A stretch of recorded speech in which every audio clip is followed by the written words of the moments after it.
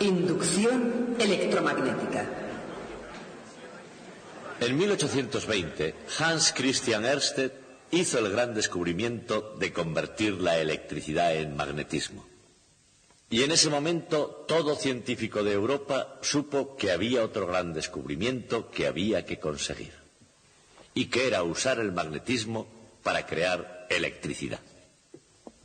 Porque ellos sabían que aquel que efectuara ese descubrimiento pasaría a la inmortalidad. Y todos se volvieron corriendo a sus laboratorios y se pusieron a trabajar. Transcurrieron 12 años y no sucedió nada. 12 años es mucho tiempo. Para la mayoría de ustedes son las 2/3 partes de sus vidas. Son casi la mitad de la mía. Y sin embargo, en todo ese tiempo no se logró el descubrimiento. En la ciencia, cuando uno entiende algo, es muy difícil recordar lo que significa no haberlo entendido. El hecho es que durante ese periodo se realizaron muchos experimentos que contenían en sí mismos el descubrimiento, pero en formas tan complicadas que no se podían entender. Una vez hecho el descubrimiento y reducido a su esencia, es bastante sencillo y se lo voy a demostrar. Verán en qué consiste. Aquí tengo una simple espira de alambre. Mi objetivo es hacer circular una corriente eléctrica por esta espira. La espira está conectada a un galvanómetro cuya respuesta es ese punto de luz en la pantalla. De manera que si consigo que la corriente circule, esa luz se moverá adelante y atrás en la pantalla. ¿Cómo voy a conseguirlo? Tengo que hacerlo utilizando el magnetismo. Aquí tengo una barra imantada. Utilizar esta barra imantada para hacer que la corriente circule por la espira es muy sencillo. Todo lo que tengo que hacer es mover la espira hacia el imán primero, luego otra vez la espira atrás. Y este fue el gran descubrimiento. Ah, por cierto, hay una cosa más. Si yo muevo la espira atrás y adelante, entonces la corriente va atrás y adelante y así continúa. Prácticamente toda la energía eléctrica, de una manera u otra, se genera mediante este mecanismo. En otras palabras, este descubrimiento es la base esencial de nuestra civilización eléctrica. Y este es nuestro tema de hoy.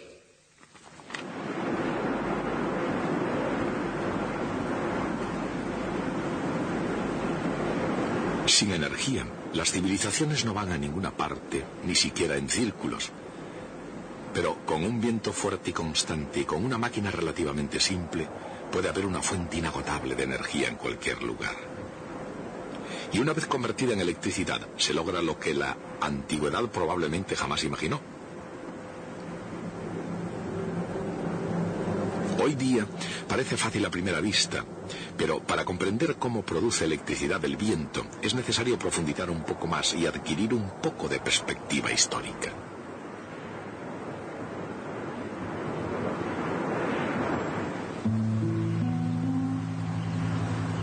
Los holandeses fueron maestros en lo referente a los molinos de viento. Holanda tenía más agua y menos tierra cultivable que la requerida, de manera que la necesidad se convirtió en la madre del ingenio, y los holandeses se hicieron expertos en utilización del molino de viento al convertir el delta del Rin en tierra seca y apta para el cultivo. Pero en el siglo XIX había otro tipo de revolución en el aire, y era el agitador poder y la gloria del vapor con toda su majestuosidad. El futuro no pertenecía a los molinos de viento, sino a las máquinas de vapor alimentadas por un mineral sólido llamado carbón.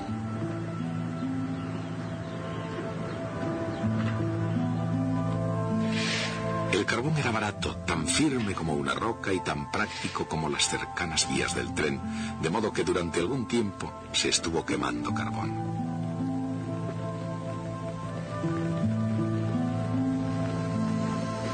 Sin embargo, tanto en el comercio como en la química, pocas cosas han permanecido sin cambios durante mucho tiempo. Y aun cuando el carbón producía el vapor en las naciones industrializadas, entró en escena un elemento nuevo y diferente. Recibió el nombre de electricidad.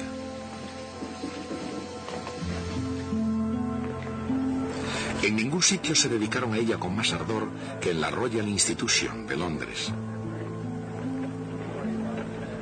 Y nadie se entregó más a esa tarea que el diligente e intuitivo científico del siglo XVIII, Michael Faraday.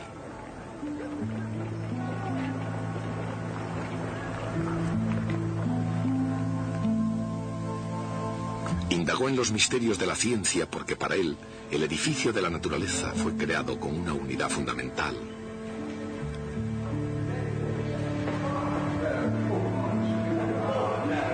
Y el señor Faraday creía que su anteproyecto podía encontrarse en las leyes de la física.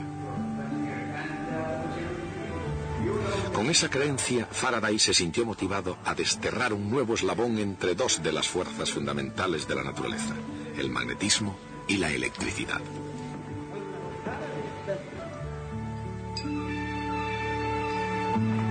Su búsqueda comenzó en 1821 con el descubrimiento de Hans Christian Ørsted de que una corriente eléctrica en movimiento crea un campo magnético.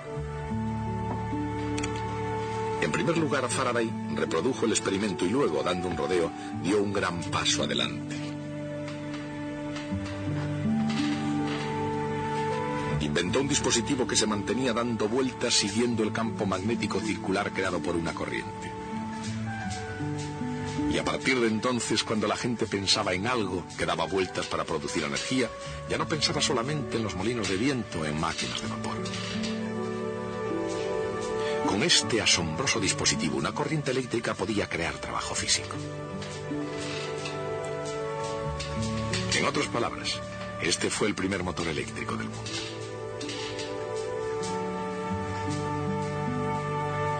La mente inquieta de Faraday vio algo más que círculos de fuerza magnética en el descubrimiento de Ørsted.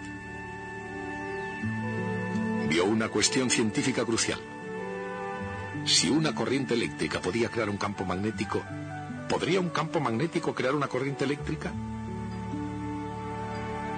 La respuesta no surgió fácilmente.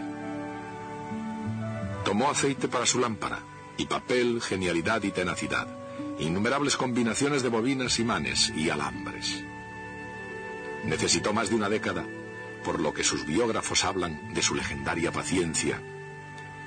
Y en 1831 Michael Faraday tuvo la respuesta. Cuando conectaba una batería a una bobina, se generaba una corriente de muy corta duración en otra bobina.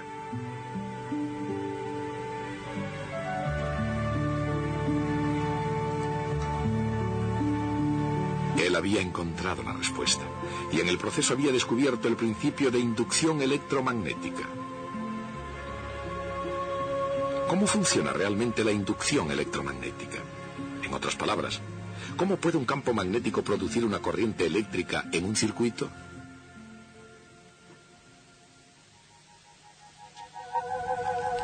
Los campos magnéticos ejercen fuerza sobre las cargas eléctricas, pero solo si las cargas están en movimiento.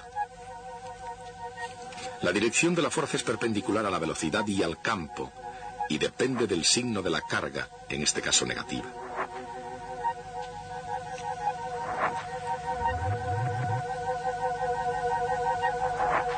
Por ejemplo, las cargas pueden ser electrones en un trozo de alambre.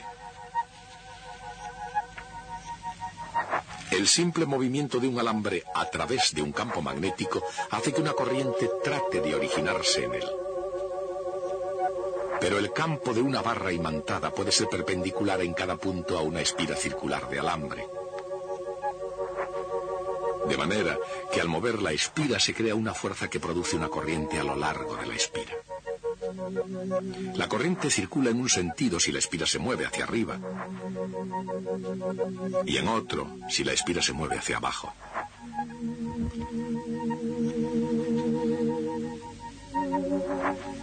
Por supuesto, también circula corriente si la espira permanece quieta y el imán se mueve. En un sentido, si el imán se mueve hacia abajo,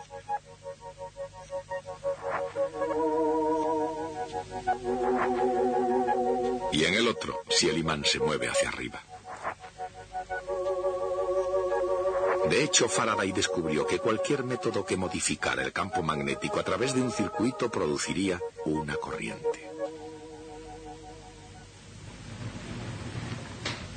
Por ejemplo, podía inducir una corriente moviendo una barra imantada respecto a una bobina,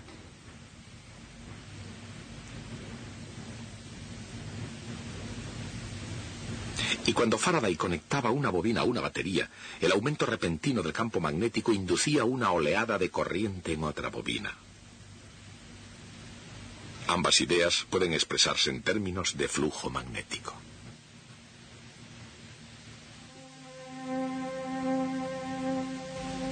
El flujo magnético total a través de una superficie es la integral de la componente del campo magnético perpendicular a cada elemento de área de la superficie.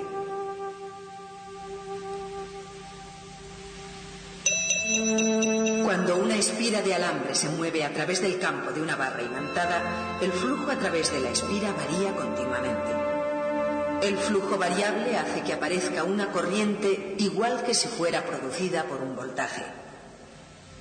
Ese voltaje, llamado fuerza electromotriz E, es igual a menos el ritmo de cambio de flujo magnético a través de la espira. Esa es la llamada ley de Faraday de inducción electromagnética.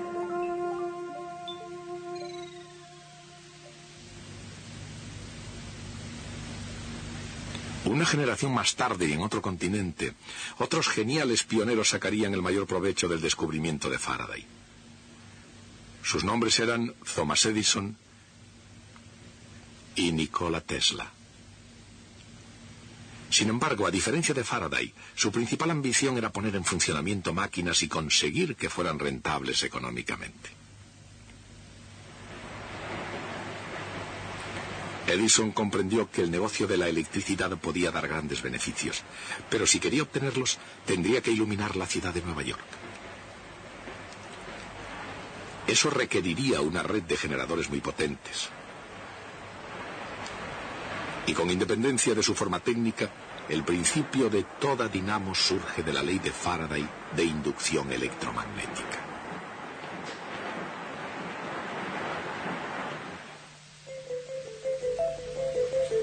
Al cambiar de orientación una espira de alambre en un campo magnético constante, el flujo a través de la espira cambia continuamente. La diferencia de potencial resultante y la intensidad de corriente son sinusoidales, yendo primero en un sentido y luego en el otro. Utilizando ingeniosos contactos deslizantes unidos a bobinas en rotación, Edison fue capaz de compensar la diferencia de potencial oscilante, obteniendo una corriente que siempre circulaba en la misma dirección desde sus generadores.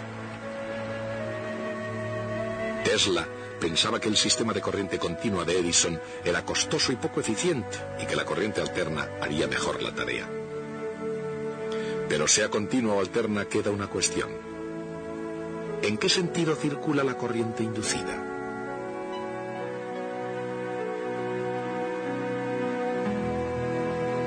Siempre que varía el flujo magnético a través de una espira de alambre, circula corriente a lo largo de ella. La corriente circula en un sentido si el flujo decrece y en el otro sentido cuando el flujo aumenta.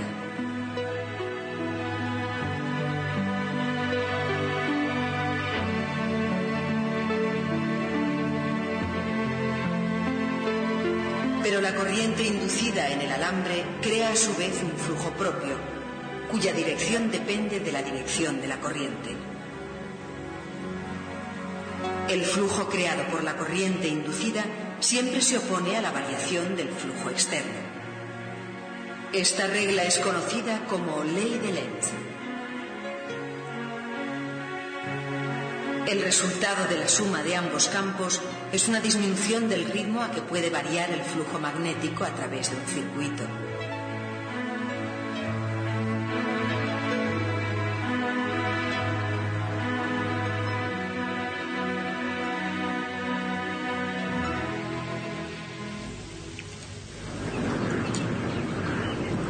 A medida que la energía eléctrica se volvió más importante, la ley de Lenz no disminuyó el ritmo de cambio del progreso tecnológico. Y las máquinas de vapor no quedaron fuera de juego, ni mucho menos. Máquinas alimentadas por carbón y petróleo continuaron haciendo girar generadores y produciendo energía eléctrica.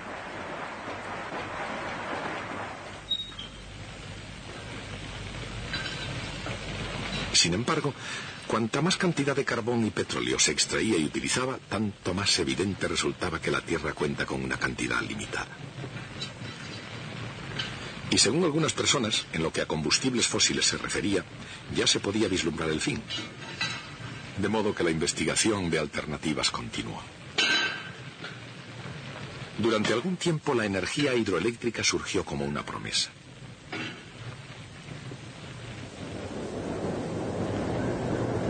Pero en la búsqueda de una fuente de energía limpia, eficiente y abundante, ni todos los ríos del mundo juntos podrían jamás proporcionar suficiente. Así como tampoco podría hacerlo el viento por sí mismo.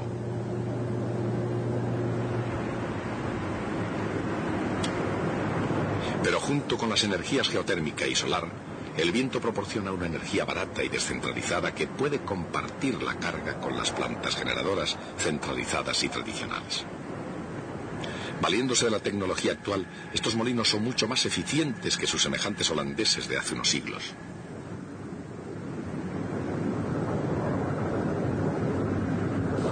En cualquier caso, tanto si la energía eléctrica proviene del viento, del agua, de la energía nuclear o del carbón, se genera utilizando el principio de inducción electromagnética y el mismo principio juega un papel en cualquier circuito donde se utilice electricidad.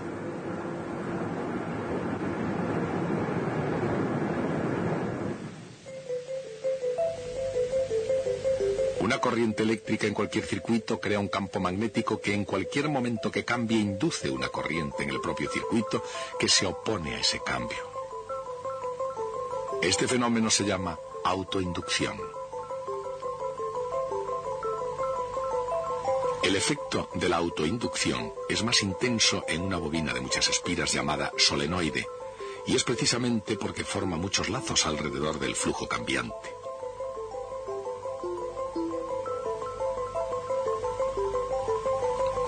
Es por eso que se utiliza un solenoide como símbolo de autoinducción en un circuito eléctrico, donde una autoinducción puede ser un elemento más, lo mismo que una resistencia o un condensador.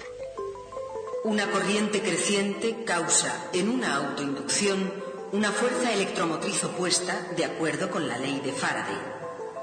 Y como el flujo es proporcional a la intensidad de la corriente que lo crea, esa fuerza electromotriz es igual a menos una constante L multiplicada por el ritmo de cambio de la intensidad de corriente. L es el llamado coeficiente de autoinducción o inductancia del elemento del circuito. Una autoinducción se opone y frena el aumento de intensidad de corriente en un circuito, mientras que una resistencia puede causar su pérdida disipando energía.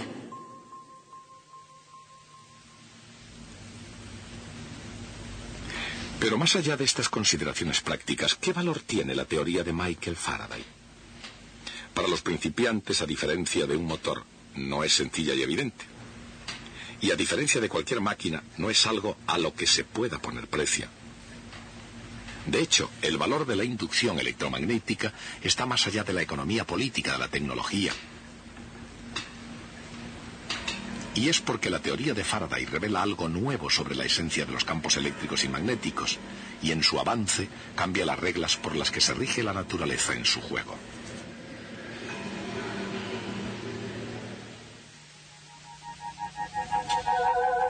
Los campos magnéticos tienen circulación, pero nunca convergen a un punto. Los campos eléctricos convergen a un punto, pero nunca tienen circulación.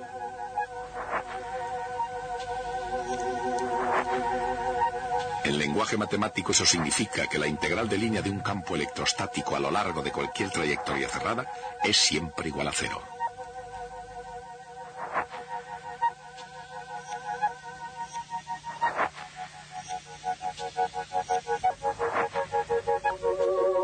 Pero cuando el flujo magnético a través de una espira cambia con el tiempo, crea una fuerza electromotriz en la espira. Y esa fuerza electromotriz es debida a un campo eléctrico cuya integral de línea no es igual a cero.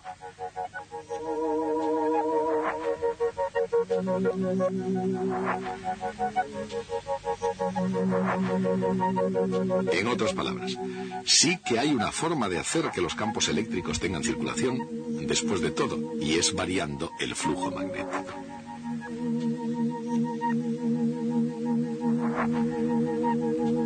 Faraday descubrió que un flujo magnético variable podía producir una circulación en un campo eléctrico, añadió algo extraordinario a las leyes de la electricidad y del magnetismo.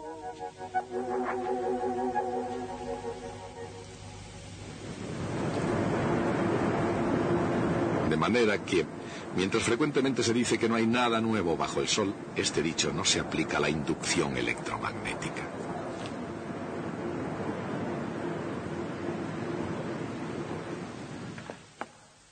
Desearía mostrarles algo verdaderamente extraordinario, pero antes tengo la obligación de explicarles qué es lo que van a ver. Cuando primeramente discutimos la inducción electromagnética, expliqué que la forma en que funcionaría era esta. Dije que el alambre se mueve a través del campo magnético. Y debido a este movimiento del alambre se ejerce sobre las cargas en el interior una fuerza que pone la corriente en movimiento. Pero cuando finalmente formulamos la ley de Faraday, describimos ese fenómeno de un modo totalmente diferente. Dijimos entonces que la fuerza electromotriz es proporcional al ritmo de cambio del flujo magnético total a través del circuito. Esto sugiere que el experimento se puede hacer de una manera completamente diferente. Lo que podemos hacer es tomar un solenoide, es una bobina en forma de hélice, como esta, en la cual el alambre da vueltas y vueltas. Si pasamos una corriente a través de ella, crea un campo magnético en esta dirección. Ahora, si coloco una espira de alambre alrededor del solenoide, así, y la conecto a un galvanómetro, así, cuando conecto el solenoide, el flujo a través de esta espira aumentará incluso aunque no haya nunca en absoluto campo magnético en la posición del alambre, y de acuerdo con la ley de Faraday, el galvanómetro debería saltar. Por supuesto, ustedes pueden no estar de acuerdo, dirán que el campo magnético en la posición del alambre no es cero, porque el flujo magnético que pasa a través del solenoide tiene que regresar afuera en algún sitio, y por eso existe algo de campo magnético fuera. Puedo remediar ese problema si cojo el solenoide y lo hago doblar sobre sí mismo, formando una especie de rosquilla o toroide. Un toroide sería una cosa así. Tiene algunas espiras de hilo metálico alrededor, y cuando hacemos pasar una corriente por ellas, las líneas de flujo magnético van alrededor del toroide y se cierran sobre sí mismas sin salir nunca al exterior, de manera que el flujo magnético fuera del toroide es realmente igual a cero. Ahora, si tomo una espira y la hago correr por el centro de la rosquilla, después hacia atrás y la conecto al galvanómetro, cuando conecto el toroide, el galvanómetro debería saltar, aun cuando el campo magnético en la posición del alambre sea exactamente cero. Esto es lo que les voy a mostrar. Tengo aquí un toroide. Puedo conectarlo mediante este interruptor, y lo que pasará es que habrá flujo magnético dentro, pero no habrá en absoluto campo magnético fuera. Puedo demostrar esto porque la espira de alambre la tengo aún conectada al galvanómetro. Saben que si hay un campo magnético en torno a la posición de esta espira de alambre, el galvanómetro saltará. Puedo poner el alambre justo sobre el toroide, así, tan próximo como quiera.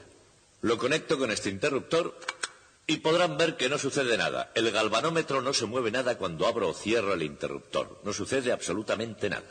Pero, si en lugar de eso tomo el alambre y lo paso a través de la rosquilla, el resultado es completamente diferente. Puedo hacerlo simplemente soltando el cable y ensartándolo por el centro de la rosquilla de esta forma, y cerrándolo otra vez. Ahora, incluso aunque todavía no haya campo magnético en la posición del alambre, cuando yo conecte el toroide, saltará el galvanómetro. Presten atención. Aquí lo tienen. Cuando lo apague sucederá lo mismo. ¿Lo ven? Esta es la esencia de la inducción electromagnética. Hay algo más que quisiera mostrarles con referencia a la inducción electromagnética. Es este péndulo. Es un péndulo ordinario, pero que tiene una pieza de cobre en su extremo. Cuando oscila, la pieza de cobre pasa por entre los polos de un electroimán.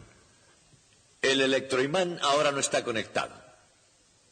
En el caso de que lo estuviera, imaginen lo que pasaría.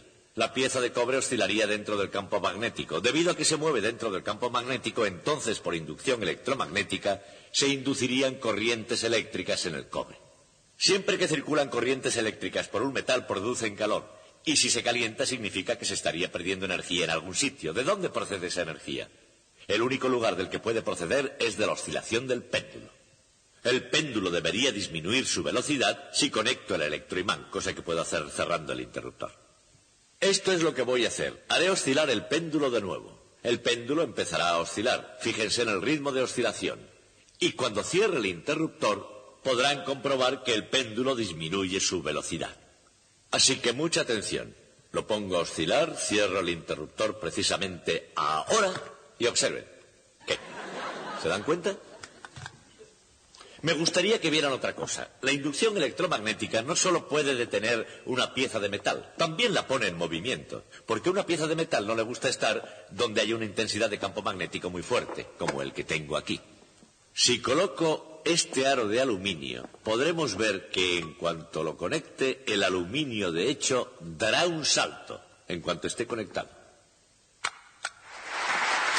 Gracias. No puedo hacerlo mejor, así que hasta el próximo día.